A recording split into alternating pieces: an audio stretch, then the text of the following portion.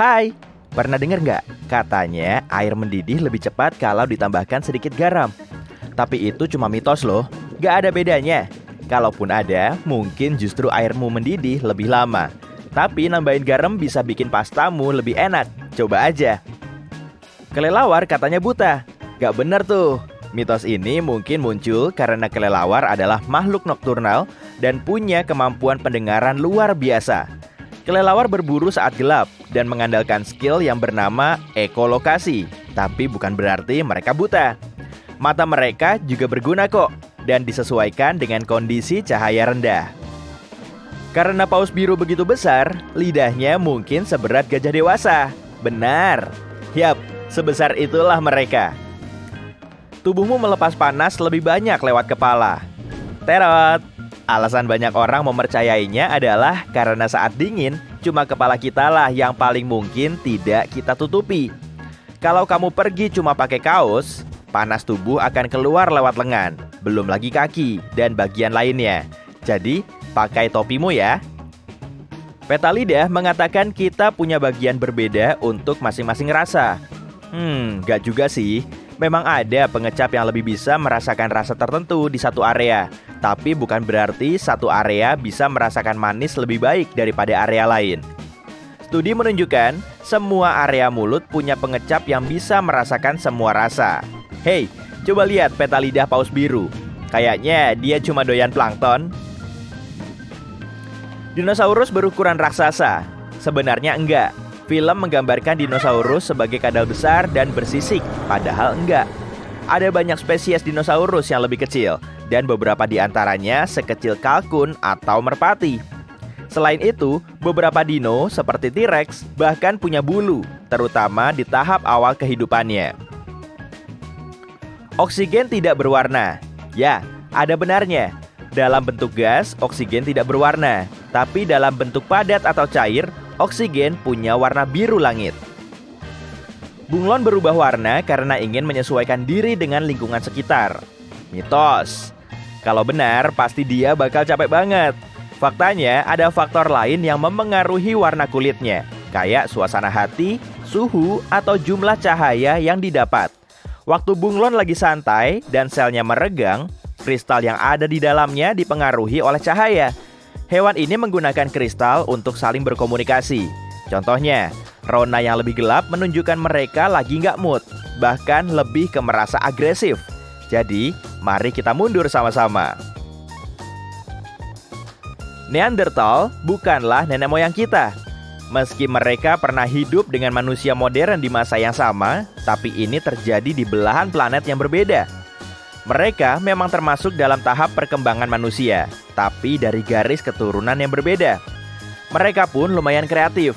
Mereka menggunakan api, membuat alat, makan tanaman obat, membersihkan gigi, dan banyak kegiatan lain yang mirip dengan spesies kita. Neanderthal mungkin punah karena perubahan iklim yang keras.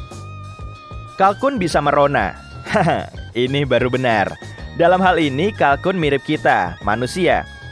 Waktu marah, bersemangat, atau bahkan sedih, kulit di leher dan kepala mereka memerah. Sama kayak kakakku yang emosian. Lubang hitam sebenarnya bukan berwujud lubang seperti namanya. Lubang hitam adalah objek sangat padat dengan tarikan gravitasi yang sangat kuat. Flamingo adalah hewan yang super kalem. Setuju, mereka menekuk kaki di lututnya. Mitos. Yang benar, kaki mereka menekuk di pergelangan karena lututnya ada di dekat tubuh dan tertutup bulu. Apel supermarket itu segar. Mungkin iya, tapi mungkin juga enggak. Umurnya bahkan mungkin udah setahun karena biasanya dipetik antara bulan Agustus dan November. Setelah itu, apel dilumuri lilin dan dikeringkan di udara panas.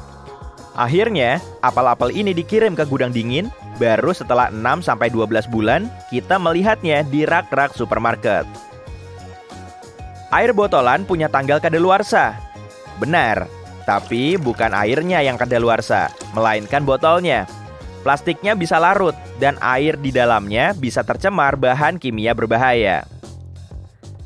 Kantong teh itu penemuan yang tidak disengaja.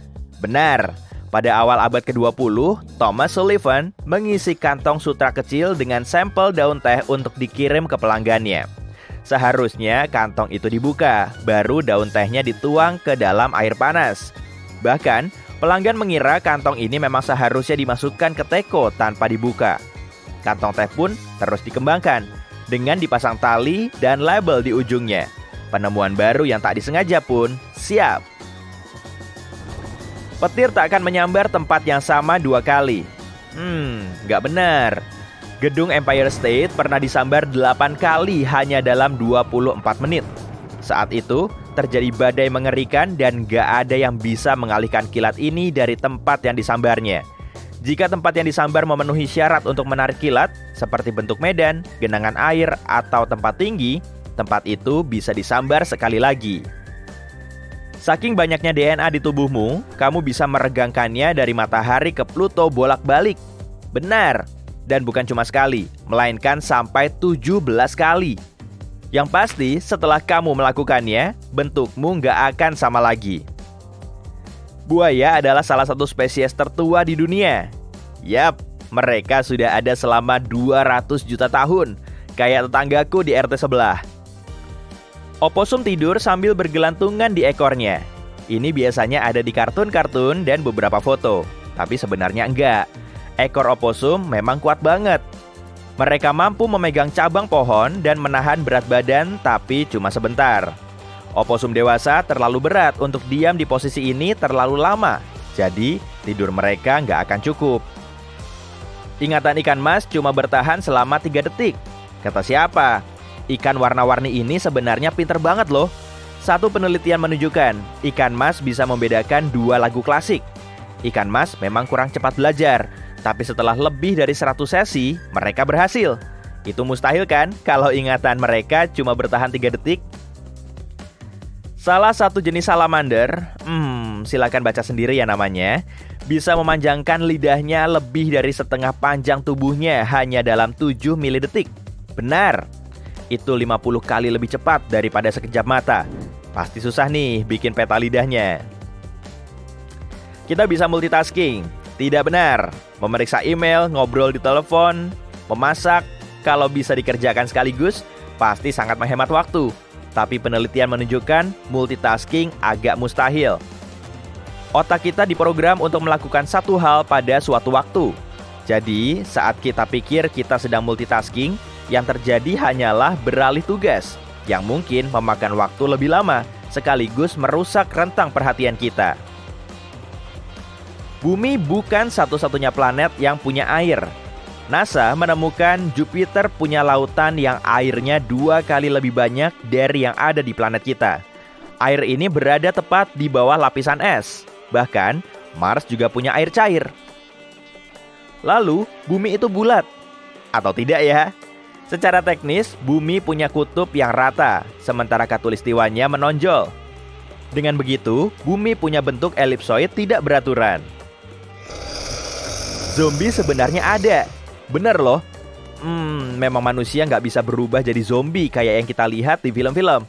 Tapi Kingdom Animalia punya zombinya sendiri. Contoh, ada sejenis jamur yang bisa mengendalikan semut dengan menyebarkan bahan kimia tertentu di otak mereka. Alhasil, si semut meninggalkan keluarganya ke tempat yang diinginkan jamur ini. Air terjun terbesar di dunia berada di bawah laut. Oh, bener banget. Tepatnya di Laut Nordik. Air laut dingin lebih padat daripada air terjun hangatnya. Tingginya air terjun ini bahkan sampai 3 km. Tawon terkecil di dunia tidak lebih besar dari ameba. Benar, tawon ini punya bagian tubuh yang sama dengan serangga lain, kayak mata, sayap, otak, kaki, dan lain-lain. Tapi panjangnya cuma 0,02 mm, membuatnya lebih kecil dari organisme bersel satu yang kita kenal sebagai ameba. Salju hanya berwarna putih. Nggak juga loh, tapi bukan salju yang di dekat hidran ya. Contohnya, ada gunung bersalju pink, kayak pegunungan Sierra Nevada di California. Warna salju itu disebabkan oleh jenis ganggang yang hidup di sana. Aurora Borealis punya adik. Benar, namanya Aurora Australis, dan kamu bisa melihatnya di belahan bumi selatan. Waktu terbaik untuk melihatnya adalah pada musim dingin. Lebih dari 99% atom adalah ruang hampa. Benar, kalau kita mengumpulkan semua manusia di dunia dan membuang ruang kosong di antara atom-atomnya, populasi bumi kira-kira seukuran jeruk berukuran normal. Yuk cobain yuk, supaya kursi di bis bisa legaan dikit. Lumba-lumba berkomunikasi dan saling memanggil menggunakan nama. Benar, mereka menggunakan siulan vokal tertentu untuk mengidentifikasi satu sama lain. Wajar untuk makhluk yang super pintar. Siraman toilet berputar ke arah yang berbeda tergantung berada di belahan bumi mana. Salah, arahnya sama kok. Mau toiletnya ada di Australia ataupun Perancis. Serius. Siput bisa tidur siang agak lama. Benar, beberapa siput bisa tidur sampai 3 tahun berturut-turut.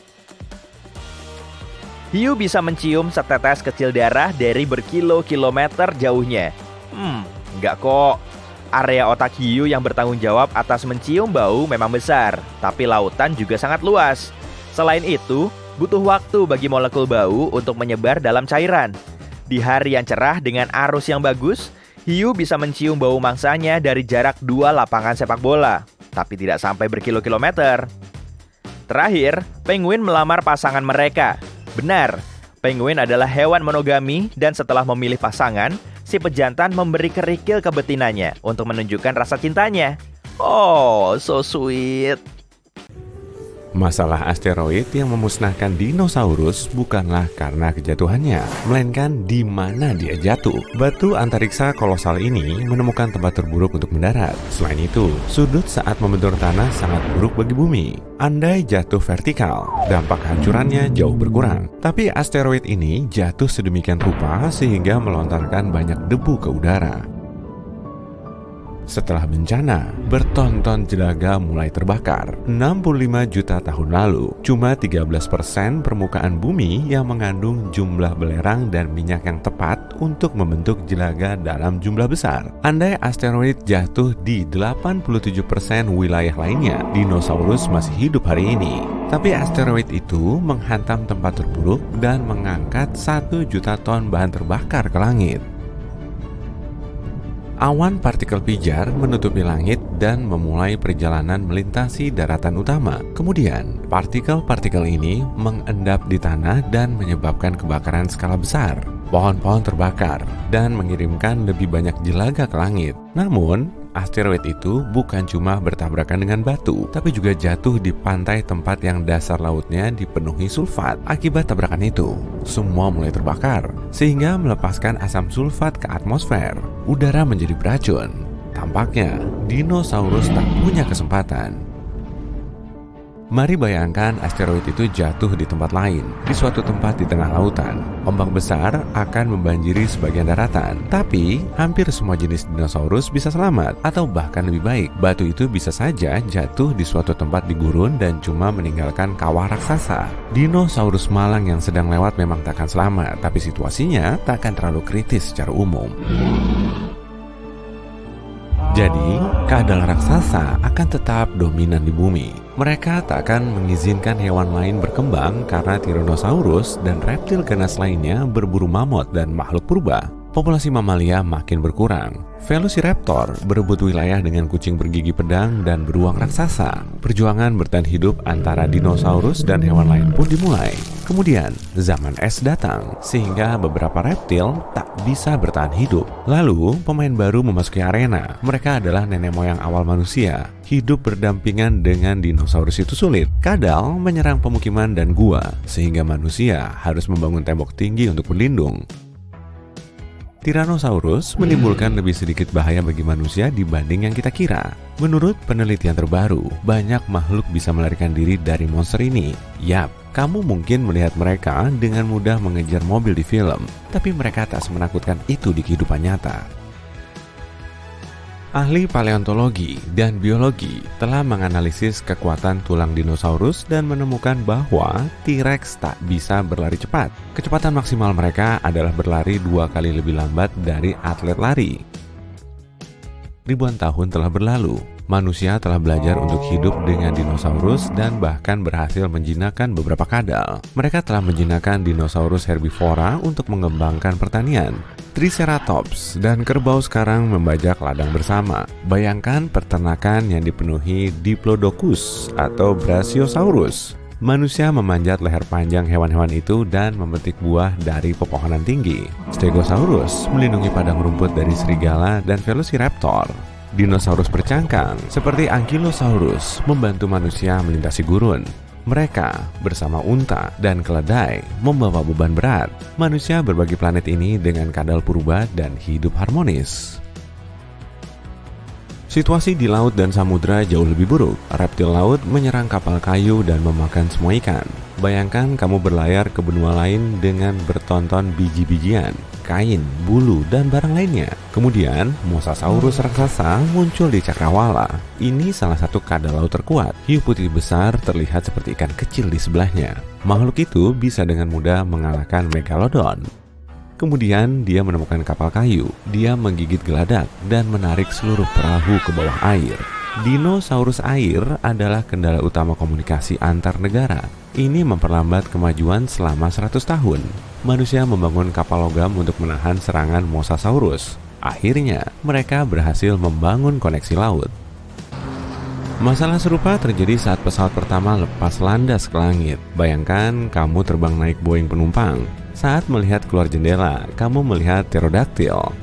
Bentar, mana mungkin? Kadal bersayap ini tidak begitu cepat, tapi mereka bisa mengejar helikopter atau biplan jadul. Hal ini menimbulkan ancaman serius bagi penerbangan. Jadi, manusia memasang sistem perlindungan suara di tiap pesawat. Pterodaktil mendengar ultrasonik yang menyebalkan dari kejauhan dan terbang sejauh mungkin darinya. Manusia melengkapi kapal selam dan kapal layar dengan pelindung suara yang sama. Setelah manusia belajar cara mempertahankan diri dari dinosaurus, masalah lain muncul. Kadal adalah rajanya satwa liar. Jadi, mereka menggantikan semua spesies hewan lainnya. Dinosaurus berlari ke sabana Afrika dan kadal berbulu hidup di hutan musim dingin. Singa, serigala, dan beruang bukanlah penguasa alam liar. Badak bertarung dengan Parasaurolophus. Stegosaurus menyerang kuda Nil dan mengambil wilayah mereka. Dinosaurus berbisa hidup di hutan. Kadal yang bisa memanjat pohon menakuti monyet. Bayangkan kera reptil melompat dari satu cabang ke cabang lainnya. Untuk menyelamatkan hewan biasa dari kepunahan, manusia harus mengendalikan populasi reptil predator. Cagar alam muncul di semua negara. Manusia mengangkut dinosaurus ke sana dan memisahkan mereka dari satwa liar lainnya. Dinosaurus tampaknya benar-benar terkendali. Saat bahaya yang disebabkan reptil raksasa berlalu, manusia mulai membiarkan kadal kecil yang tidak berbahaya. Ada yang membeli bunglon, dan ada juga yang menyimpan Microceratus di rumah. Ada pameran dinosaurus. Orang-orang membawa makhluk ini berjalan-jalan seperti anjing. Beberapa orang asyik selfie dengan reptil, berbelanja, dan duduk di kafe bersama kadal kecil. Dinosaurus tidak seram lagi. Mereka agak imut. Manusia menunggang kuda, unta, Parasaurolophus, dan Pachycephalosaurus. Tentu saja banyak orang mencoba menjinakkan Velociraptor, tapi gagal. Mereka reptil berbahaya dan tidak tahu cara patuh. Menjinakkan mereka hampir sama sulitnya dengan menjinakkan buaya. Tapi anjing dan kucing masih lebih populer karena mereka lebih cerdas. Otak dinosaurus hampir sama dengan otak ayam. Tapi siapa tahu, jika mereka hidup sampai hari ini, mungkin mereka akan berevolusi menjadi makhluk yang lebih pintar. Bayangkan saja jika dinosaurus itu cerdas. Kalau itu yang terjadi, manusia punya masalah besar. Beberapa ilmuwan berpikir meski meteorit itu tidak memusnahkan dinosaurus, mereka tak akan bertahan sampai hari ini. Mereka perlu membawa beban kolosal mereka sendiri setiap saat, yaitu beban yang sangat besar di tulang dan persendian mereka. Kebanyakan dinosaurus tak akan mampu bertahan di zaman es dengan karakteristik seperti itu. Tapi kadal yang lebih kecil mungkin berhasil. Dinosaurus yang cepat dan gesit seperti Velociraptor dan Pachycephalosaurus akan bertahan. Tapi bagaimana bentuknya? Mungkinkah dinosaurus berevolusi menjadi makhluk lain? Lihatlah ayam ini. Banyak ilmuwan meyakini itu keturunan langsung Tyrannosaurus yang tangguh. Di suatu tempat jauh di dalam DNA burung, ada gen yang dimiliki dinosaurus. Yap, sulit dipercaya memang. Tapi lihatlah struktur tubuh ayam dan cara berjalannya. Singkirkan bulunya, tutupi makhluk itu dengan sisik, dan berikan rahang bergigi alih-alih paru. Dan sekarang, kamu punya T-Rex mini di kandang. Selain itu, bukan cuma ayam yang mungkin menjadi kerabat kadal raksasa. Banyak burung adalah keturunan hidup dinosaurus. Anehnya, aligator, ular, buaya, dan biawak tidak lebih dekat dengan para reptil purba dibandingkan pelikan, bangau, dan makhluk terbang lainnya. Selama jutaan tahun evolusi, cakar dinosaurus berubah menjadi sayap dan rahang memanjang bergigi mereka berubah menjadi paruh. Genetika burung adalah kunci memahami dinosaurus. Pelikan mirip pterodaktil, burung unta mirip velociraptor. Mungkin banyak hewan lain juga berbagi sejumlah gen dengan kadal purba. Jika meteorit itu tidak jatuh, dinosaurus akan berevolusi menjadi makhluk yang jauh berbeda dan tidak biasa. Para ilmuwan ingin mempelajari DNA burung dan mencoba membalikan evolusinya dengan bantuan rekayasa genetika. Mereka berharap bisa membiarkan dinosaurus dari telur suatu hari nanti. Untuk melakukan ini, mereka perlu menemukan genom spesifik yang tak berubah selama puluhan juta tahun. Genom itu bersembunyi dalam DNA dan tak mudah menemukan dan mengekstraknya. Apa menurutmu, kita bisa melihat reptil kuat pada tahun 2050? Berkat penemuan dan teknologi fosil baru, kita makin banyak belajar soal biologi dinosaurus. Kita pasti sudah tahu bahwa beberapa dinosaurus sangat besar, mengerikan, dan ganas. Tapi bagi kita yang penasaran, penggunaan biologi komparatif, analisis pigmen, dan sinar X baru yang kuat telah memungkinkan kita mendapatkan gambaran tentang fitur-fitur spesifik seperti warna, perilaku makan, dan bentuk lidah dinosaurus. Yap, bener banget, bentuk lidah dinosaurus yang dalam waktu lama diselimuti misteri. Alasannya, bagian dinosaurus yang lembut dan berdaging ini hampir tidak pernah terselamatkan dalam bentuk fosil. Namun, berkat penemuan sejumlah tulang hyoid yang masih tersisa yang terletak di akar lidah di depan leher, kini kita punya sedikit gambaran.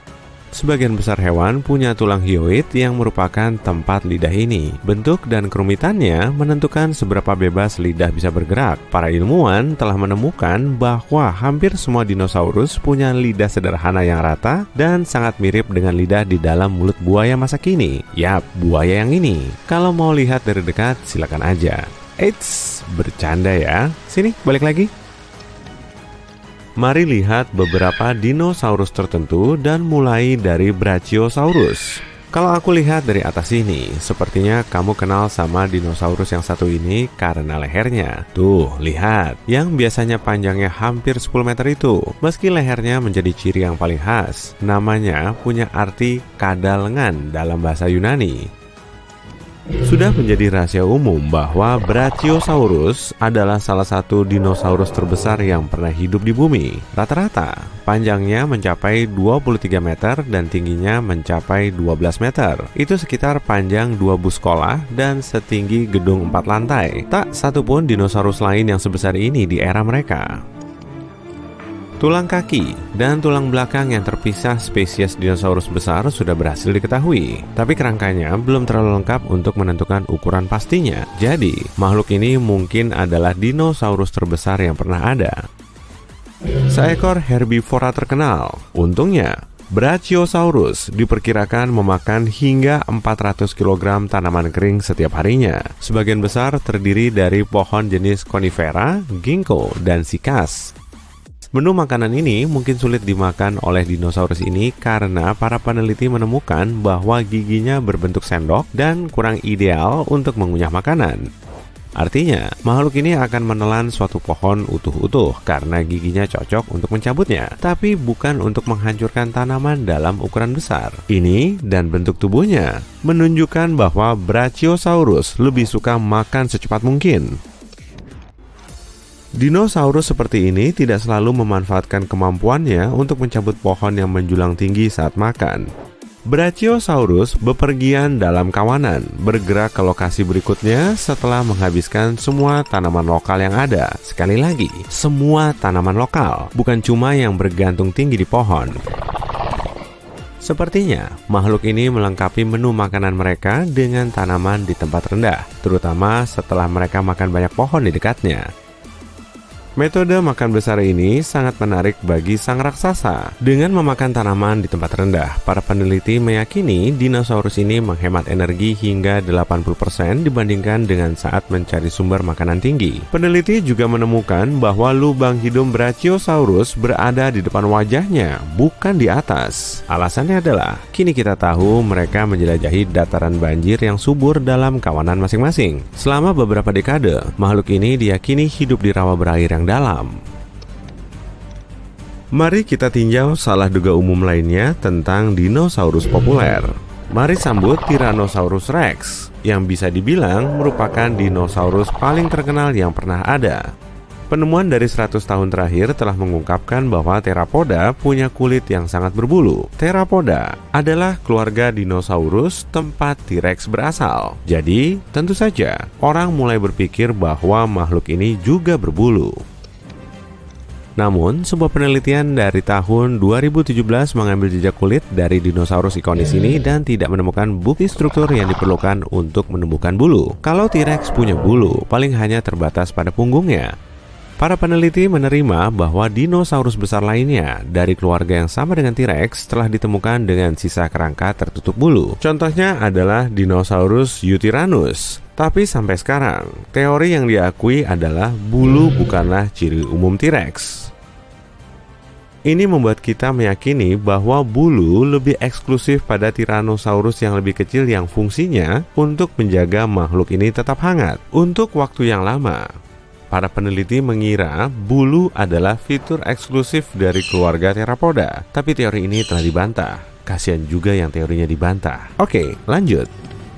Bukti fosil yang ditemukan di Siberia kini menunjukkan bahwa beberapa kelompok keluarga dinosaurus berbeda memang berbulu. Fosil Siberia yang dimaksud adalah milik spesies dinosaurus lain, yaitu Culindredromeus zabaecalicus. Oh, kamu kira lidahku bakal belibet? Ya enggak lah, haha. Nah, dinosaurus ini sebut aja Kulinda, memiliki struktur panggul yang sangat mirip dengan burung dan panjangnya sekitar 1,5 meter, sekitar setinggi kulkas.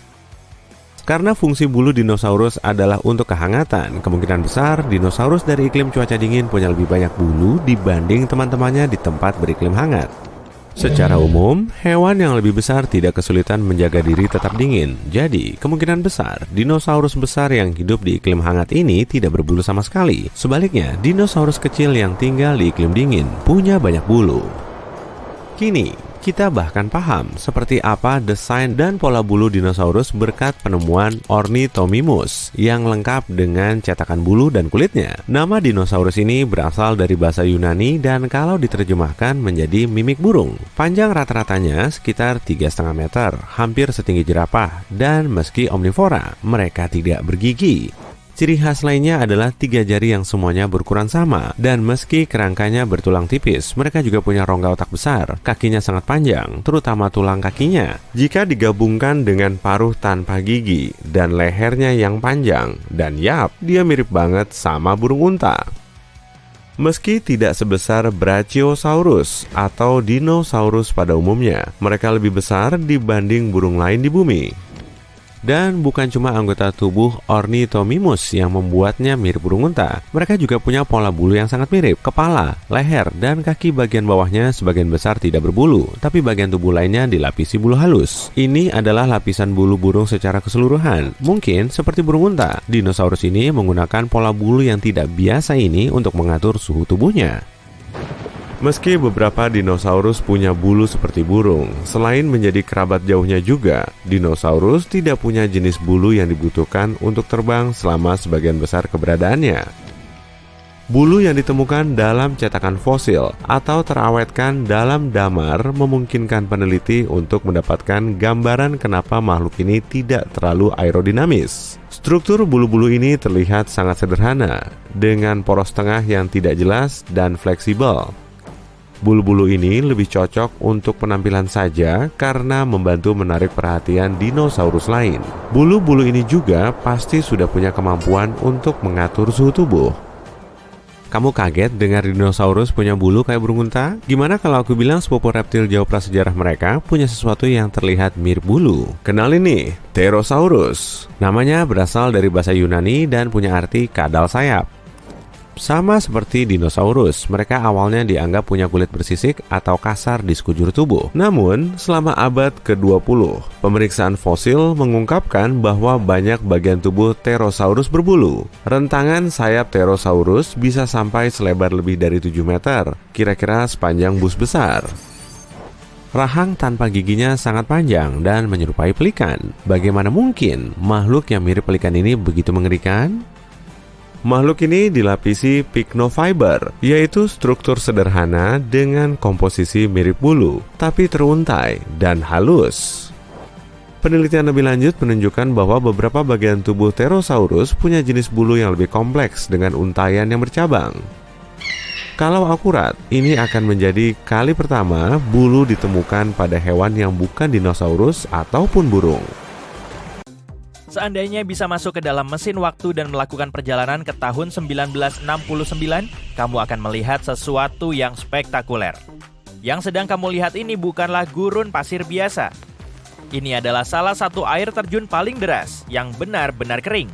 Pada musim panas dan musim gugur tahun 1969, bagian air terjun Niagara yang berada di wilayah Amerika tidak dialiri air. Hal itu berlangsung selama 6 bulan. Para peneliti ingin mempelajari permukaan batu air terjun. Mereka khawatir permukaan air terjun itu akan menjadi terlalu tidak stabil karena erosi. Erosi adalah proses ketika kekuatan alam, seperti air dan angin, mengikis material bumi. Sebagai contoh, kalau kamu melihat es glasial mulai berlumpur, itu berarti erosi sedang terjadi. 3 air terjun yang melintasi perbatasan internasional antara Kanada dan Amerika Serikat bersama-sama membentuk air terjun Niagara nan megah. Ketika air terjun tersebut dengan urutan dari yang terbesar ke yang terkecil adalah air terjun Tapal Kuda, air terjun Amerika, dan air terjun Kerudung Pengantin. Air terjun Amerika sepenuhnya berada di wilayah Amerika, sedangkan air terjun Tapal Kuda sebagian besar berada di wilayah Kanada yang dipisahkan oleh Pulau Goat. Air terjun Kerudung Pengantin yang terkecil dari semuanya berada di wilayah Amerika, namun dipisahkan oleh Pulau Luna. Keren kan perbatasan alami antara Amerika dan Kanada? Banyak yang nggak percaya bahwa kita mampu melawan alam dan menghentikan aliran air yang begitu deras. Tapi itu sudah pernah dilakukan. Butuh bendungan setinggi 182 meter di Sungai Niagara yang sangat lebar untuk benar-benar menahan air terjun menakjubkan ini. Artinya mereka harus mengalihkan 272.000 liter air setiap detiknya agar debit air yang tersisa dapat mengalir menuju air terjun Horseshoe yang sangat besar. Ya, air terjun yang berada di wilayah Kanada. Lebih dari 27.000 ton batu digunakan untuk membangun bendungan itu. Dan lebih dari 1.000 truk mengangkut batu tersebut pada musim panas tahun 69. Pada tanggal 12 Juni, aliran air terjun Amerika berhenti setelah mengalir terus-menerus selama lebih dari 12.000 tahun. Kemudian air terjun Tapal Kuda menampung debit air itu dan mengalirkannya agar penelitian dapat dilakukan. Meski demikian, penduduk setempat tetap khawatir. Mereka tahu bahwa mustahil untuk mengendalikan air sebanyak itu. Mereka takut air akan mengalir ke arah yang berbeda dan menyebabkan banjir besar. Mereka khawatir wisatawan gak akan datang lagi jika tim peneliti tidak berhasil membuat air terjun mengalir kembali seperti dulu. Tapi, turis terus berdatangan, bahkan pada musim panas, dan mereka dapat kesempatan unik untuk melihat sesuatu yang gak pernah dilihat oleh siapapun sebelum atau sesudahnya. Selama periode itu, bahkan ada jalan setapak sementara yang dibangun hanya 6 meter dari tepi air terjun yang dikeringkan. Ini membantu para pekerja untuk membersihkan bagian dasar yang tadinya tertutup air sungai. Jadi, para wisatawan bisa pergi ke sana dan menjelajahi lanskap alami air terjun yang umumnya berada di bawah air, tempat yang nggak bersahabat dan sama sekali nggak bisa dijangkau oleh para pengunjung. Ketika menjelajahi dasar air terjun yang kering, para peneliti menemukan jutaan koin berbeda yang dilemparkan orang-orang ke dalam air selama beberapa dekade. Barangkali untuk membuat permohonan atau untuk tujuan lain. Wow, celengan air terjun Niagara. Mereka mengangkat sebagian besar koin-koin itu. Kira-kira siapa ya yang menyimpannya? Tapi dalam beberapa dekade terakhir, semakin banyak turis yang datang ke sini. Bayangkan semua hal yang bisa mereka temukan sekarang. Lebih banyak koin, pastinya, tapi juga ada kamera yang hilang, drone yang tersesat, ponsel dan benda-benda lain milik pengunjung yang mungkin nggak sengaja terjatuh ke dalam air terjun. Ide untuk menguras seluruh air dan mengubah air terjun Niagara menjadi padang pasir terbukti bisa dilakukan. Dan hal itu mungkin perlu dilakukan lagi. Pada tahun 2020, media melaporkan bahwa 2 jembatan penyeberangan pejalan kaki di air terjun Niagara perlu diganti atau diperbaiki. Wajar sih karena usianya sudah hampir 120 tahun. Jembatan-jembatan ini terletak di atas jeram. Para ahli mendiskusikan apakah mereka harus mengalihkan aliran air sekali lagi atau tidak. Orang-orang banyak membicarakan air terjun Niagara dan beberapa percaya bahwa ini adalah salah satu air terjun tertinggi di dunia. Tapi kenyataannya nggak demikian. Air terjun ini memang terkenal, istimewa dan menakjubkan. Tapi jika menyangkut soal ketinggian, ada hampir 500 air terjun lain di penjuru dunia yang lebih tinggi dari Niagara. Contohnya air terjun Angel di Venezuela yang tingginya lebih dari 914 meter. Tapi yang membuat air terjun Niagara begitu istimewa dibanding air terjun lainnya adalah volume air yang mengalir melaluinya. Air terjun yang sangat tinggi biasanya nggak memiliki volume air yang besar. Perpaduan debit air yang sangat besar dan ketinggiannya inilah yang membuat air terjun Niagara begitu menakjubkan.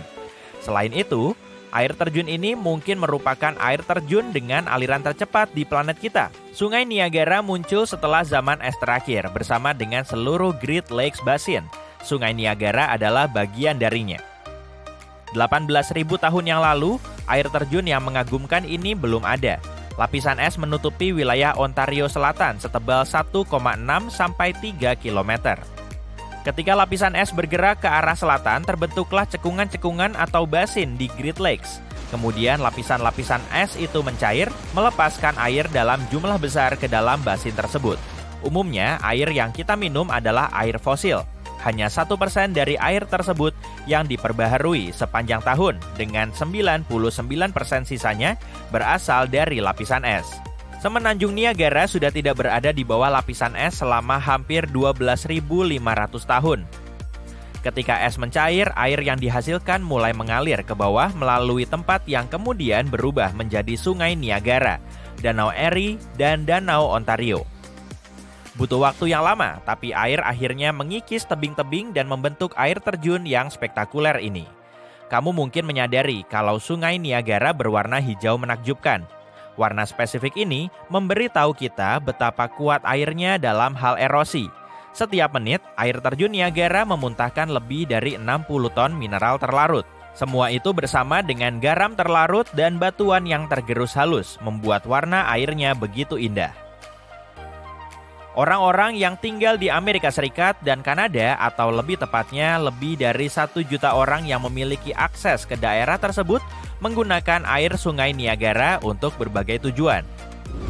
Contohnya, memancing, mengambil air minum, melakukan kegiatan rekreasi, termasuk berenang, berperahu, dan mengamati burung, menciptakan energi listrik tenaga air, dan masih banyak lagi. Stasiun pembangkit listrik tenaga air pertama di dunia dibangun pada akhir abad ke-19 dan berada tepat di sebelah air terjun.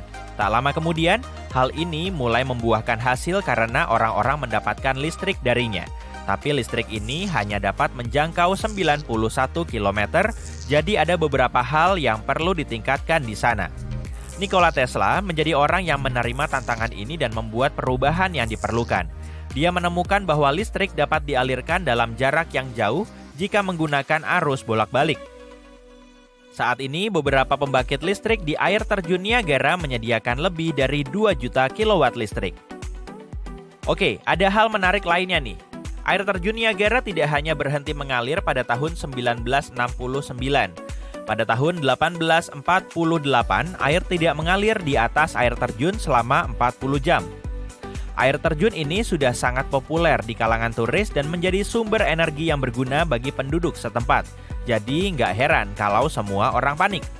Kali ini alamlah yang menjadi penyebabnya. Es menyumbat sumber air Sungai Niagara. Seorang petani Amerika menjadi yang pertama menyadarinya. Saat itu tanggal 29 Maret, dan dia berjalan-jalan tepat sebelum tengah malam. Gak lama kemudian, dia menyadari dirinya gak mendengar suara gemuruh air terjun yang deras. Dia segera pergi ke tepi sungai dan berdiri di sana dengan penuh rasa kaget. Nyaris tidak ada air di sana. Pabrik-pabrik dan penggilingan harus ditutup karena semua bergantung pada air tersebut. Kura-kura berkeliaran di sekitar, ikan-ikan pun mati. Beberapa orang berjalan-jalan di dasar sungai mengambil benda-benda kecil yang bisa mereka temukan sebagai souvenir. Tapi 2 hari kemudian, pada tanggal 31 Maret, orang-orang mendengar suara gemuruh dari kejauhan yang berasal dari hulu sungai. Suara itu semakin lama semakin dekat dan semakin keras, hingga muncul gelombang air di depan mata mereka. Dan salah satu objek wisata terbesar di dunia yang dikunjungi jutaan turis setiap tahunnya pun kembali beroperasi. Air terjun nan megah yang pada akhirnya tak terkalahkan, seperti sebagaimana mestinya. Saat itu malam hari dan kamu akan berjalan masuk ke tempat peristirahatan terakhir Firaun Tutankhamun. Kamu gak punya obor, tapi setidaknya kamu membawa senter. Kamu menuruni beberapa anak tangga dan melihat dinding-dindingnya diukir dengan tulisan hieroglif dan apa yang tampak seperti kutukan. Mereka yang mengambil sesuatu dari tempat ini akan dikutuk seumur hidup. Demikian bunyi kutukan tersebut. Meskipun kamu gak terlalu mempercayainya, hal ini akan membuatmu sedikit takut. Kamu menemukan sebuah pintu batu besar. Apakah itu jebakan? Kamu berhasil membukanya. Tapi tidak, itu hanya sebuah ruangan kosong. Kamu memeriksa peta. Sepertinya kamu menuju ke arah yang benar. Setelah beberapa jam, kamu menyadari bahwa kamu terjebak di dalam labirin. Kamu mencoba menelusuri kembali langkahmu, tapi kamu gak bisa menemukan pintu arah kamu datang. Itu dia, pikirmu dalam hati. Kamu telah jatuh ke dalam perangkap Firaun. Yang lebih buruk lagi, kamu gak bawa makan siang. Oke, jadi kita semua pernah menonton film-film Hollywood di mana tokoh utamanya menjelajahi reruntuhan kuno dan menghadapi jebakan-jebakan yang sangat berbahaya, kan? Kita telah diberitahu bahwa bangsawan Mesir melindungi tempat peristirahatan terakhir mereka dengan kalajengking dan ular berbisa, pintu geser yang akan menjebakmu seumur hidup, dan batu-batu besar yang bisa menggelinding dan meremukkan siapa saja yang dilewatinya. Masalahnya, apakah jebakan-jebakan ini benar-benar nyata? Aku menyesal harus mengatakannya padamu, tapi ini semua fiksi. Perangkap-perangkap yang rumit ini terlalu berteknologi tinggi untuk digunakan oleh peradaban kuno. Namun, bukan berarti nggak ada jebakan sama sekali loh. Peradaban kuno seperti bangsa Mesir dan Maya dikenal dengan praktik mereka membangun monumen yang didedikasikan untuk orang-orang yang telah meninggal dunia. Bangunan-bangunan ini seringkali mencerminkan posisi seseorang dalam masyarakat. Jadi, untuk orang-orang yang sangat penting, para VIP pada zamannya, monumen besar dibangun untuk menampung jasad mereka lama setelah mereka tiada. Beberapa dari peradaban ini percaya kehidupan seseorang akan terus berlanjut di sisi lain dari tabir. Karena alasan itu, seseorang akan dikuburkan bersama dengan harta benda yang mereka miliki saat ini. Kalau mereka punya banyak uang dan kekuasaan, itu berarti tempat peristirahatan mereka akan dipenuhi dengan kekayaan dan emas. Sekarang bayangkan kalau kamu tinggal di Mesir kuno dan kamu tahu persis di mana semua makam Firaun berada dan telah mendengar desas-desus tentang jumlah kekayaan yang disimpan di tempat-tempat ini. Mungkin kamu akan tergoda untuk memeriksanya, kan? Kita berbicara tentang ruangan besar yang dipenuhi dengan artefak emas, perhiasan, dan bahkan uang. Maksudku, kedengarannya memang menggoda, dan karena nggak ada petugas keamanan yang menjaga pintu masuk ke tempat-tempat ini, orang Mesir harus berpikir kreatif tentang bagaimana mereka bisa melindungi kekayaan ini. Peradaban kuno ini menemukan beberapa jebakan yang berguna. Salah satu yang sering dilakukan adalah membangun ruangan-ruangan kosong di dalam monumen untuk membuat pencuri bingung. Mari kita lihat tempat peristirahatan terakhir Amenhotep sebagai contoh. Tempat ini dibangun di kota Luxor, di sebuah tempat yang juga dikenal sebagai lembah barat para raja. Dua insinyur Perancis awalnya menemukan monumen ini antara tahun 1905 dan 1914 Masehi. Strukturnya sangat besar dan memiliki lebih dari 10 ruangan, dihubungkan oleh koridor panjang dan tangga yang curam.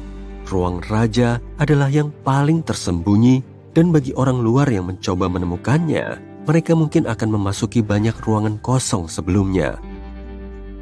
Firaun lainnya mencoba melindungi kekayaan mereka dengan membangun monumen dengan lantai palsu yang menyembunyikan lubang sedalam 6 meter.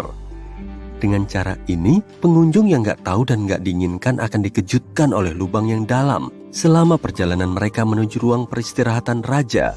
Di samping lantai palsu, Firaun memastikan untuk membangun koridor bergaya labirin dan dinding palsu.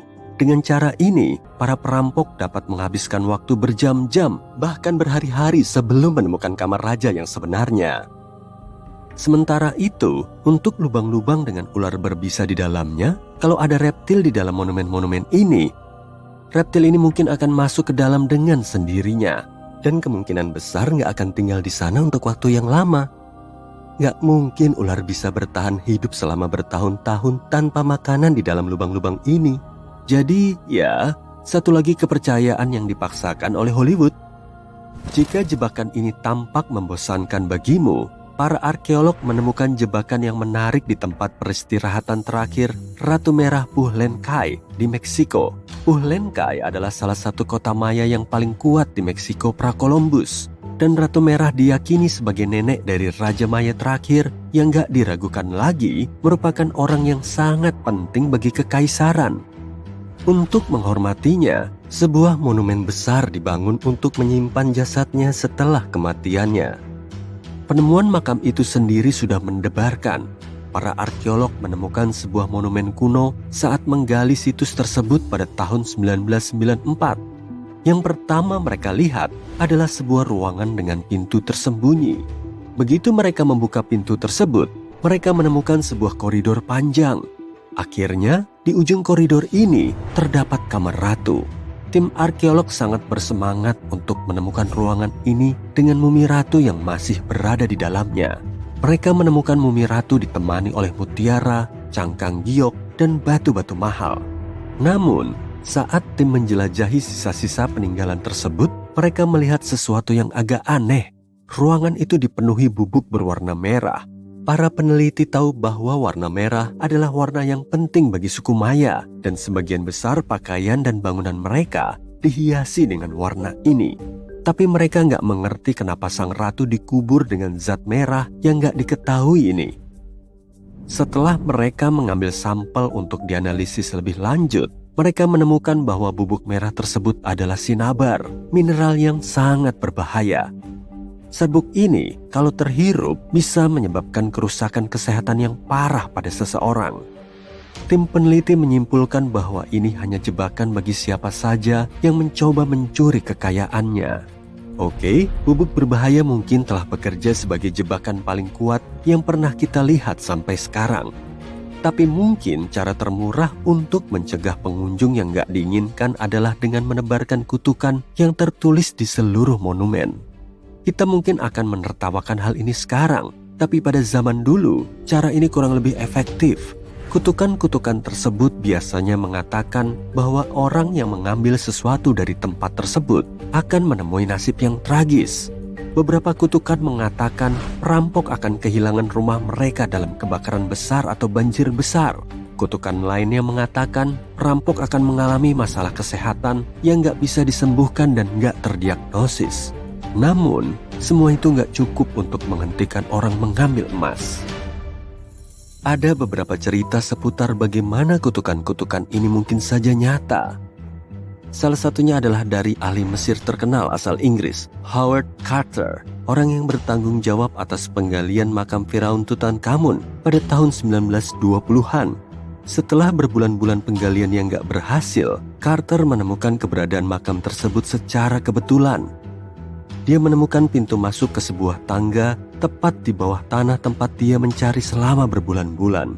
Dengan bantuan sebuah tim, dia membersihkan tumpukan pasir yang menghalangi tangga dan menemukan sebuah pintu. Pintu itu memiliki beberapa simbol kerajaan yang diukir di dalamnya, dan Carter tahu ini berarti seseorang yang sangat penting telah dikuburkan di sana. Dan dia benar, dengan sebuah pahat, dia membuat lubang di sudut kiri atas pintu dan menerangi penglihatannya dengan bantuan lilin. Dia nggak bisa mempercayai apa yang dilihatnya. pantulan beberapa benda emas dan permata yang memenuhi ruangan ada di hadapannya. Hilang selama 3000 tahun, Carter baru saja menemukan tempat peristirahatan terakhir Tutankhamun. Namun kisahnya nggak berhenti sampai di sini. Penemuan ini disertai dengan serangkaian kejadian malang yang membuat orang percaya bahwa itu ada hubungannya dengan kutukan Firaun. Carter sendiri meninggal dunia secara misterius beberapa tahun kemudian, dan beberapa asistennya kehilangan rumah mereka karena banjir, seperti yang diancamkan oleh salah satu kutukan tersebut. Beberapa orang mengatakan bahwa itu hanya kebetulan karena nggak ada bukti nyata semua ini berhubungan. Nah, bagaimana menurutmu? Apakah ini jebakan yang efektif?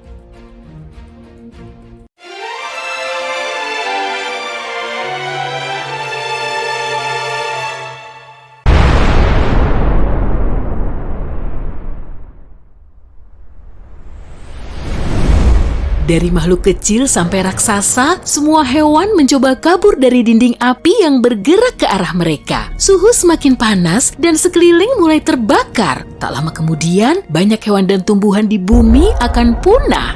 Ini adalah dampak dari asteroid raksasa yang jatuh ke bumi. Tapi, bagaimana jika dinosaurus memiliki kemampuan berpikir kritis dan mereka bisa menebak apa yang akan terjadi karena asteroid ini ternyata sudah kelihatan 1 tahun sebelum tabrakan? 1 tahun sebelum tabrakan, tanpa lampu kota, semua bintang di langit terlihat jelas. Sebagiannya adalah planet yang memantulkan cahaya dari matahari seperti Mars, tapi salah satu titik itu adalah asteroid yang kemudian dikenal sebagai penabrak Chicxulub. Namanya berasal dari daerah Meksiko tempatnya jatuh. Intinya, pada saat itu, asteroid itu terlihat seperti bintang. Terangnya sama seperti Neptunus, dan kamu bahkan bisa memotretnya dengan kamera berkualitas tinggi. Andai saja dinosaurus punya jari. Asteroid ini kini melewati orbit Jupiter. Dari jarak ini, bumi terlihat seperti titik biru pucat. 1 bulan sebelum tabrakan, asteroid itu menjadi jauh lebih terang dan kini menjadi titik paling terang di langit malam setelah bulan. Asteroid itu melewati orbit Mars, ekornya yang terdiri dari debu dan gas semakin panjang. Kini, panjangnya 2 kali jarak dari bumi ke bulan. 1 minggu sebelum tabrakan, ekor asteroid itu kini 5 kali jarak dari bumi ke bulan. Tapi dinosaurus tak bisa mengagumi keindahannya. Bagi mereka, itu cuma titik terang biasa di langit malam. Jika asteroid ini terbang ke arah bumi saat ini, para ilmuwan bisa menunjukkan lokasi tepatnya tabrakan dalam 1,6 km. Lalu, kita bahkan bisa mengevakuasi orang-orang dari area tabrakan dan menghindari bencana besar. 1 hari sebelum tabrakan, penabrak Chicxulub sekarang berada di posisi pertama di antara benda langit paling terang. Cahaya yang mengelilinginya yang disebut halo bahkan tampak lebih besar daripada bulan. Asteroid itu kini melewati orbit bulan, mirip seperti titik terang yang meninggalkan jejak abu. 1 jam sebelum tabrakan, cahaya dari penabrak Chicxulub lebih terang daripada bulan purnama, dan gerakannya bisa dilihat dengan mata telanjang. Malam di bumi tidak lagi gelap, namun kini dinosaurus mulai merasa gelisah. Semua hewan di bumi mulai mencari tempat berlindung. 10 menit sebelum tabrakan, asteroid itu kini memasuki orbit bumi. Ribuan pecahan kecil dari ekornya mulai jatuh ke planet ini. Itu seperti hujan meteor. Sejauh ini, pecahan-pecahan itu terlalu kecil, semuanya terbakar di atmosfer sebelum jatuh ke permukaan bumi. Asteroid itu mendekati Amerika Selatan, dan jika seseorang melihatnya dari Eropa, tampilannya akan seperti matahari terbenam. Titik terang penabrak Chicxulub jatuh di balik cakrawala. 2 menit sebelum tabrakan, kini dinosaurus bisa dengan mudah melihat bentuk asteroid itu. Jika tahu caranya, mereka bahkan bisa memperkirakan ukuran asteroid itu. Ukurannya lebih dari 10 km, berarti hampir seukuran Pulau Manhattan. Dan bobot asteroid raksasa itu adalah 70 triliun kilogram. Asteroid itu jatuh ke arah semenanjung Yucatan pada kecepatan 12 km per detik, dan pada kecepatan itu kamu bisa pergi dari New York ke Los Angeles kira-kira dalam waktu 10 menit. Tapi kamu akan terbakar di jalan. 10 detik sebelum tabrakan, penabrak Chicxulub kini mendekati daratan. Beberapa kilometer lagi, dan duar! Langit malam tiba-tiba menjadi putih. Kilatnya sangat terang sampai matahari tidak terlihat pada titik ini. Jatuhnya asteroid itu menyebabkan ledakan dahsyat yang bisa terdengar di belahan bumi lain. Asteroid besar itu mulai terbakar karena gesekan dengan udara, ia memanas dan pecah menjadi beberapa bagian. Bagian-bagian ini menghujani bumi dan setelah beberapa detik, bagian terbesar dari meteorit ini jatuh ke tanah. Massa dan kecepatannya memberi energi yang luar biasa besar bagi penabrak Chicxulub. Dalam beberapa saat berikutnya, ledakan super kuat mengguncang daratan. Gelombang ledakan dari meteorit mulai menyebar dari lokasi tabrakan. Tanah dan pepohonan terangkat, lalu terdorong seperti domino. Suhu gelombang daratan itu sangat tinggi, semua yang ada di sekitar lokasi tabrakan terbakar. Energi yang dilepaskan saat tabrakan juga masuk jauh ke dalam bumi. Ini menyebabkan gempa bumi paling kuat dalam sejarah planet ini. Akibatnya, terjadi gelombang tsunami setinggi Empire State Building. 5 menit setelah tabrakan, meteorit itu menciptakan kawah besar, ukurannya selebar danau Huron di Amerika dan cukup dalam untuk memuat 2,5 gunung Everest. Dinosaurus berlarian panik berusaha menyelamatkan diri ke Amerika Utara. Tapi, sebagian besar tidak berhasil melewati wilayah rawa yang asing. Bahaya lainnya adalah hujan meteor yang masih berlangsung. Ratusan ton abu dan puing terangkat ke udara. Panas karena suhu tinggi, puing-puing itu jatuh ke bumi dalam bentuk lava cair. Abu dan asap memenuhi atmosfer dan menghalangi cahaya matahari. Bumi jatuh dalam kegelapan dan selama beberapa minggu ke depan, planet kita benar-benar gelap. Hujan asam jatuh ke permukaannya tanpa henti. Ada banyak belerang di endapan bawah tanah di semenanjung Yucatan. Energi ledakan itu membuat semua belerang menguap. Sekarang, belerang itu menjadi dingin di udara, berkumpul di awan, dan jatuh ke tanah dalam bentuk hujan. Sebagian besar hewan selamat dari tabrakan itu, tapi kepunahan massal berlanjut selama berbulan-bulan. Tabrakan itu menenggelamkan bumi ke dalam kegelapan, juga membinasakan sebagian besar tumbuhan yang mendapat makanan dari cahaya matahari. Dinosaurus pemakan tumbuhan kehilangan sumber makanan utamanya dan mulai menghilang. Tapi, dinosaurus pemakan tumbuhan adalah makanan utama karnivora. Dan kini, dinosaurus seperti T-Rex tak lagi punya makanan. Lantas, tak lama kemudian, punah. Dengan kata lain, bukan meteorit yang membuat punah dinosaurus, melainkan kelaparan dan perubahan iklim. Meteorit seukuran ini jatuh setiap 100 juta tahun sekali. Artinya, peristiwa seperti itu bisa terjadi lagi. Apa manusia akan bisa selamat dalam bencana ini? Sekarang ini, kita bisa melihat jauh ke ruang angkasa, dan wujud asteroid seukuran penabrak Chicxulub tak akan mengejutkan para astronom. Umumnya, asteroid yang memiliki ukuran lebih dari 140 meter dianggap berpotensi berbahaya.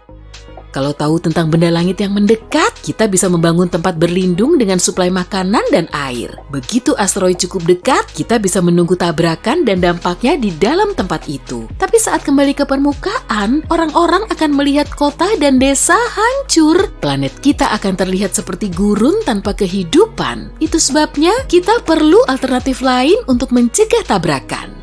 Kita punya banyak pilihan bergantung pada ukuran dan materi asteroid itu. Menurut NASA, cara paling efektif adalah kinetic ramp. Kita harus mengirim benda cukup besar dan berat seperti pesawat antariksa ke ruang angkasa. Saat pesawat itu mendekati asteroid, para ilmuwan akan memilih lintasan sempurna dan pesawat akan menabrakkan diri ke benda langit itu. Tabrakan yang kuat akan mengubah lintasan asteroid dan membuatnya melewati bumi. Semakin jauh benda langit ini dari planet kita, semakin mudah kita mengusirnya. Pilihan lain adalah ledakan terkendali di permukaan asteroid. Hukum gerak Newton pertama akan membantu kita di sini. Hukum ini berbunyi, jika sebuah benda bergerak pada kecepatan konstan dalam garis lurus, benda itu akan terus bergerak seperti itu kecuali jika ada gaya. Jadi, kalau kita membuat ledakan atau gaya cukup besar, lintasan asteroid itu akan bergeser. Besarnya gerakan bergantung pada gaya yang diterapkan. Kita juga bisa meledakkan asteroid dari dalamnya, dan dalam kasus ini, kita tak perlu mengubah lintasannya. Kita akan mencoba mengubah satu bongkah batu besar menjadi banyak pecahan lebih kecil. Pecahan itu akan terbakar di atmosfer dan tak akan membahayakan planet kita. Cara lain adalah tarikan gravitasi. Setiap objek berat memiliki gaya dan medan gravitasi. Tujuan kita adalah mengirim pesawat antariksa ke asteroid dan menerbangkannya di dekat pengacau itu. Asteroid akan menarik pesawat antariksa itu, tapi mesin pesawat akan melawan. Akibatnya, pesawat perlahan tapi pasti akan menarik asteroid ke arahnya. Cara ini akan jauh lebih lama, tapi perlahan lintasan asteroid akan berubah dan benda langit itu tak akan menabrak bumi. Semoga.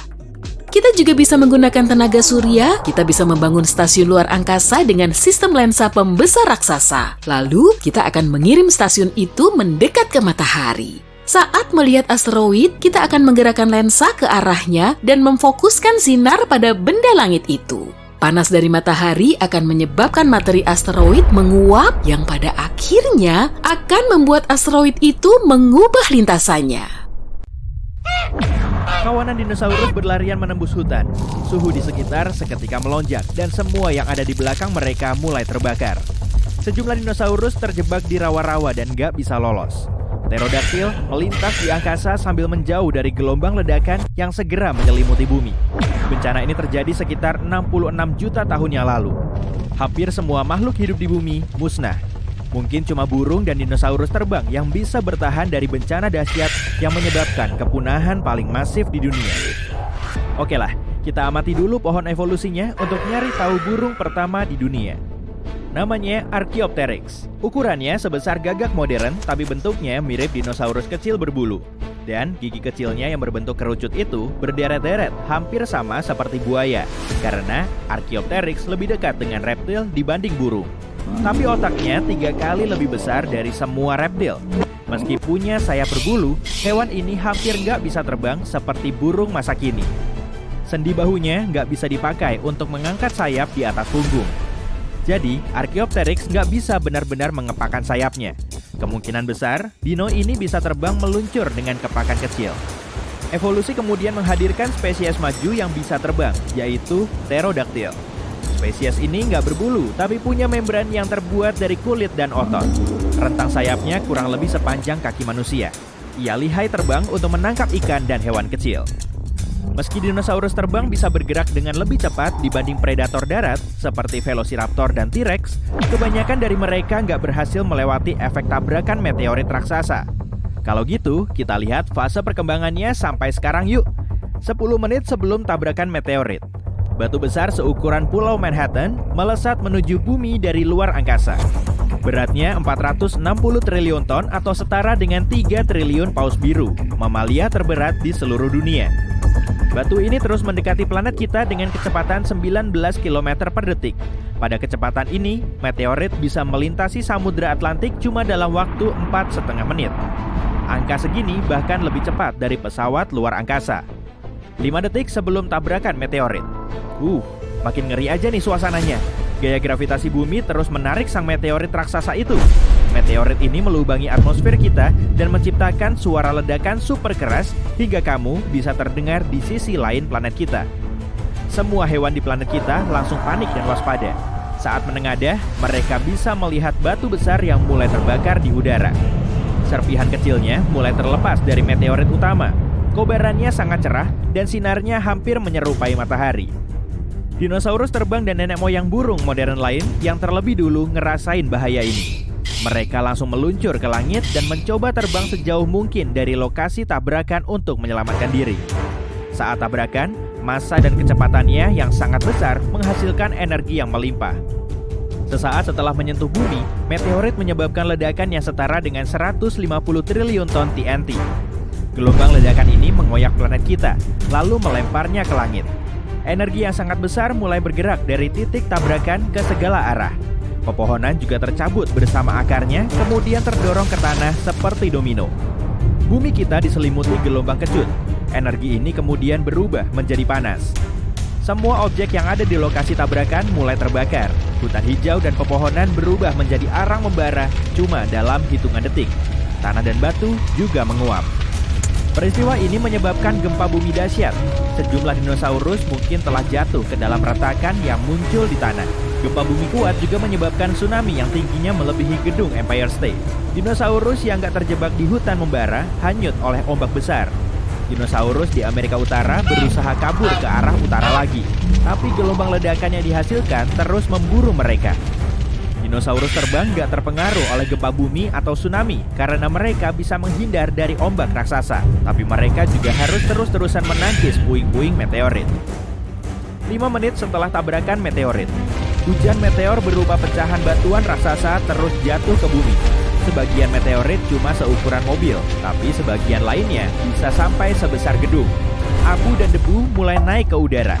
Suhunya sangat panas, hingga bisa meleleh dan berubah menjadi lava cair, lalu jatuh kembali ke bumi. Hal ini bikin apinya makin merembet. Hujan meteor juga mengancam dinosaurus terbang. Mereka harus bermanuver dan menghindar dari batu membara yang jatuh. Suhu tinggi menjadi kendala utama mereka karena bulu mereka mungkin juga terbakar. Tanpa bulu, mereka nggak bisa terbang. 10 jam setelah tabrakan meteorit, dinosaurus terus berlari ke utara. Mereka pun sampai di wilayah asing yang dipenuhi rawa. Dinosaurus raksasa seperti T-Rex punya kaki setinggi manusia dewasa. Mereka berpeluang mampu melewati medan ini, tapi setelah terjatuh, mereka nggak akan bisa bangkit lagi. Dinosaurus yang lebih kecil, seperti Triceratops, punya kaki pendek, jadi nggak bisa melewati rawa yang basah. 1 bulan setelah tabrakan meteorit, 15 triliun ton abu berterbangan di atmosfer kita. Awan raksasa menghalangi cahaya matahari dan bumi diselimuti kegelapan. Tanaman yang masih bertahan gak bisa menyerap energi matahari, sehingga berhenti memproduksi oksigen. Dinosaurus yang bertahan kesulitan bernafas karena udaranya sangat minim dan debunya pekat. Minimnya cahaya matahari juga melenyapkan fitoplankton. Banyak hewan laut kehilangan satu-satunya sumber makanan mereka. Debu dan abu di atmosfer menghalangi sinar matahari, dan suhu di permukaan bumi mulai ngedrop. Titik tabrakan meteorit mengandung banyak sulfur. Asam beracun ini menguap saat terjadi tabrakan, lalu membentuk awan. Hujan asam juga mengguyur bumi. Dinosaurus terbang kini harus bersembunyi dari hujan ini. Mereka harus tinggal di gua dan gak bisa keluar untuk nyari makanan. Sejauh ini, banyak dinosaurus darat dan terbang bisa selamat. Mereka kemudian keluar dari tempat berlindungnya untuk mengamati dampak bencana ini. Situs tabrakan ini berada di Meksiko modern, tepatnya di semenanjung Yucatan. Di situ terdapat kawah Chicxulub, diameternya sekitar 150 km dan kedalamannya 19 km. Gunung Everest bisa muat dimasukin ke situ dan bahkan bisa ngebentuk celah sekitar 10 km. Dinosaurus menghilang dari bumi gak cuma disebabkan oleh tabrakan meteorit. Api telah merusak sebagian besar tumbuhan yang dikonsumsi dinosaurus herbivora. Karena nggak ada makanan, jumlah dino ini juga berkurang cepat. Akibatnya, dino predator semakin sulit mendapatkan mangsa. Hujan asam dan hilangnya fitoplankton mengancam makhluk hidup laut. Meski burung bisa menghindar dari gelombang ledakan dan tsunami, mereka juga kekurangan makanan. Sekitar 80% dari semua burung nggak bisa bertahan sampai akhir masa kepunahan, karena semua hutan di bumi telah musnah. Kebanyakan burung hidup dan membuat sarang di atas pohon. Selain dia, hutan selalu penuh dengan makanan, mulai dari berbagai spesies semut, rayap, serangga terbang, serta tikus kecil. Jadi, cuma spesies yang hidup di tanah dan bisa terbang yang selamat. Kemungkinan besar, mereka memakan benih dari tanaman kecil yang masih hidup. Kebiasaan ini bikin dinosaurus terbang kehilangan gigi selama proses evolusi. Rahang mereka nggak lagi dipenuhi gigi tajam, dan kini mereka punya paruh panjang untuk menelan benih kecil dari tanah. Meski bumi kelihatan sangat mengerikan, ada juga ledakan evolusi burung. Mereka harus melakukan perjalanan jauh untuk nyari makanan, sehingga sayap mereka jadi lebih kuat. Mereka juga aman dari predator yang sebelumnya mengincar mereka sebagai makanan. Kini, nggak ada lagi T-Rex yang menangkap burung tidur yang sedang lengah. Sekitar 1000 tahun setelah tabrakan, hutan lebat pertama kali muncul. Hutan ini memacu terjadinya evolusi. 1 juta tahun kemudian, hutan yang dipenuhi dengan makanan telah dihuni oleh nenek moyang burung tikus modern. Dan 65 juta tahun kemudian, di zaman modern, kita punya sekitar 10.000 spesies burung. Ada merpati, gagak, elang, rajawali, penguin, dan masih banyak lagi. Mereka semua adalah keturunan dinosaurus. Tapi ada juga korban selamat lainnya. Nenek moyang buaya dan aligator mampu beradaptasi dengan perubahan kondisi. Sekitar 80% spesies kura-kura bisa bertahan dari kepunahan massal. Dan kini keturunan mereka juga hidup bersama kita. Ular dan kadal juga mampu menunggu masa-masa sulit di liang tanah. Bahkan mamalia seperti Monotremata juga bisa bertahan. Hewan seukuran landak ini bisa terus berevolusi. Jutaan tahun kemudian, mamalia ini berkembang menjadi primata yang kemudian memberikan hidup bagi manusia modern.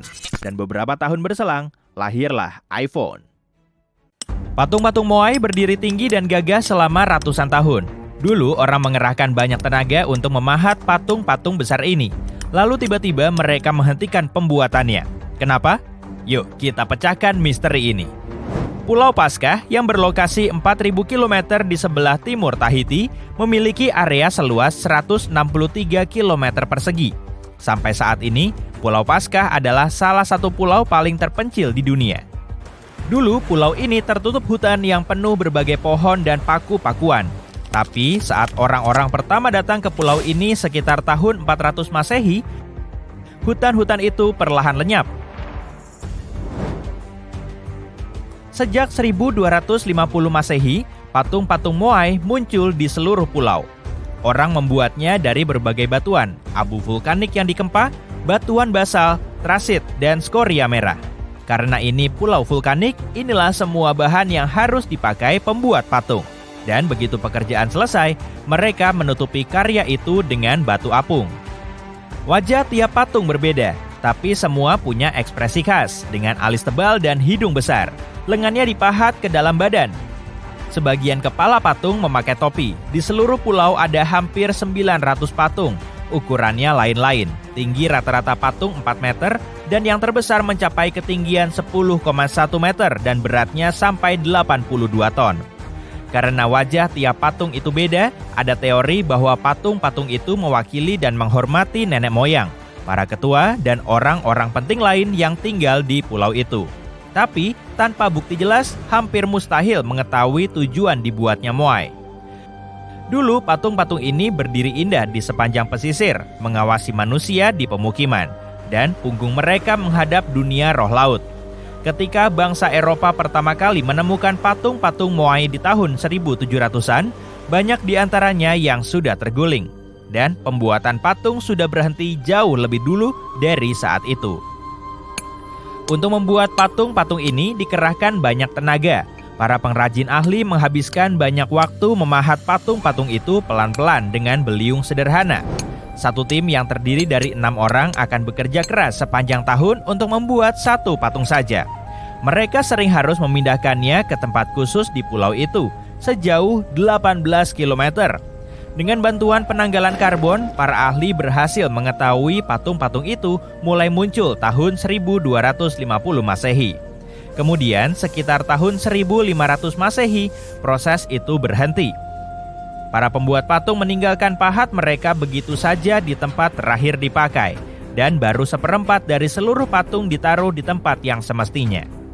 Setengahnya masih di tempat tambang, sedang yang lain ditinggalkan di tanah saat pengangkutan. Telah terjadi sesuatu yang menyebabkan mereka nggak berminat lagi. Ada banyak teori kenapa ini terjadi, dan kebanyakan dikaitkan dengan penggundulan hutan. Mungkin penghuni pulau menggunakan kayu untuk memindahkan patung ke seluruh pulau, atau memakai kereta luncur dan tali, atau bahkan balok untuk menggelindingkan dan kano untuk mengapungkan. Lambat laun, kayu berkurang. Pohon-pohon di pulau itu butuh waktu sangat lama untuk tumbuh. Tikus-tikus memakan sebagian besar biji-bijian.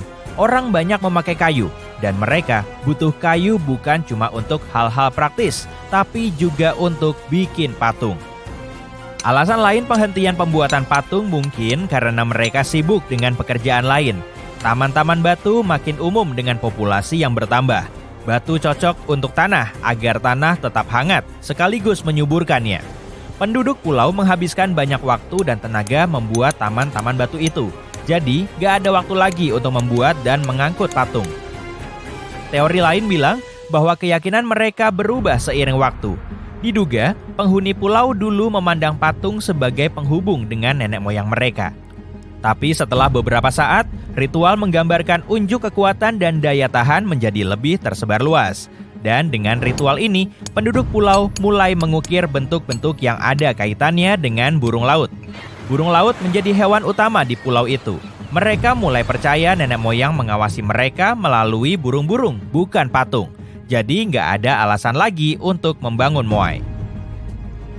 Bagaimanapun, teori-teori ini mungkin benar. Masalahnya, pulau kecil ini nggak bisa mendukung populasi yang bertambah. Yang dulunya tanah subur tertutup hutan dengan cepat berubah jadi lanskap gersang. Selama beberapa abad pertama, mereka mengandalkan sumber daya hutan. Sekitar 1550, setelah hutan menghilang, pertanian jadi lebih penting. Suku-suku yang dulu bekerja sama membangun monolitik fantastis menjadi bersaing satu sama lain. Saat memperjuangkan tanah dan sumber daya ini, mereka menggulingkan patung-patung Moai untuk mengurangi pengaruhnya. Abad-abad sesudahnya, semua patung sudah digulingkan, tapi nggak semuanya dengan sengaja. Banyak di antaranya yang roboh secara alami setelah diabaikan sekian lama. Sebagian bahkan berakhir di laut yang mengitari pulau itu. Dan untuk sementara, patung-patung itu ada di sana. Tapi ada berita bagus terkait patung-patung ini. Mereka didirikan lagi untuk memberikan pengalaman seru bagi pengunjung dari seluruh dunia. Kalau kamu berlayar ke pulau ini, pertanyaan pertama mungkin bukan bagaimana patung itu dibuat dan dipindahkan. Pertanyaan itu mungkin, bagaimana seseorang berhasil sampai ke sini untuk pertama kalinya? Ini salah satu prestasi yang paling menakjubkan. Orang Polinesia melakukan beberapa hal yang luar biasa. Sejak tahun 1500 sebelum Masehi, para pelaut ini menjelajahi dunia. Mereka memakai penemuan laut tercanggih di masanya. Mereka mengarungi samudra dengan katamaran dan perahu cadik, berawal dari Asia Tenggara dan menghuni banyak lagi tempat di seluruh Pasifik. Mereka tinggal sampai di Hawaii Utara pada tahun 900 sebelum Masehi dan ke selatan sampai Selandia Baru pada tahun 1200 sebelum Masehi. Dan pelayaran terjauh ke timur pastinya ke Pulau Paskah. Hanya dalam beberapa ratus tahun, para pelaut awal ini telah menghuni area seluas ribuan kilometer persegi. Mereka cuma mengingat-ingat tempat yang pernah dikunjungi dan dengan begini berhasil bernavigasi di samudra. Mereka memakai banyak teknik. Mereka mengamati matahari ketika terbit dan terbenam, bintang-bintang membantu mereka di malam hari. Jika keadaan mendung dan para pelaut itu nggak tahu arah secara visual, mereka memakai metode cerdas lain. Mereka mengamati gerakan arus laut dan pola gelombang serta memperhatikan biopendar di dalam air. Pola ini membantu mereka menemukan lokasi pulau tertentu. Para pelaut ini bahkan tahu bagaimana pulau-pulau dan atol di kejauhan menyebabkan gangguan udara dan laut. Burung-burung juga memberi pertanda kepada mereka. Sebagian burung bermigrasi jauh dari satu pulau ke pulau lain yang memberi pelaut semacam koneksi visual untuk rute mereka. Burung-burung jenis lain punya waktu makan tertentu. Para pelaut tahu kapan dan di mana mereka berburu dan mengarahkan perahu mereka ke tempat burung-burung ini makan. Orang Viking terlalu banyak disanjung dalam hal kemampuan berlayar. Ketika orang Viking memakai kompas matahari, orang Polinesia awal hanya mengandalkan pengetahuan tentang bagaimana alam sendiri bisa memandu mereka. Keahlian mereka begitu maju hingga tahun 1769. Kapten James Cook, penjelajah asal Inggris, bahkan mempekerjakan navigator Polinesia karena pengetahuannya yang luas tentang laut. Tapi yang lebih mengejutkan lagi, dia bisa menggambar peta berdasarkan ingatan. Peta ini mencakup area seluas 3.200 km. Di wilayah ini ada 130 pulau dan navigator itu tahu nama 74 dari semua pulau itu. Pada awal pelayaran mereka, Kapten Cook sering meremehkan nasihat navigator itu, tapi menjelang akhir pelayaran mereka, dia sangat terkesan. Dia juga mengakui mungkin orang Polinesia merupakan bangsa yang paling tersebar luas di bumi.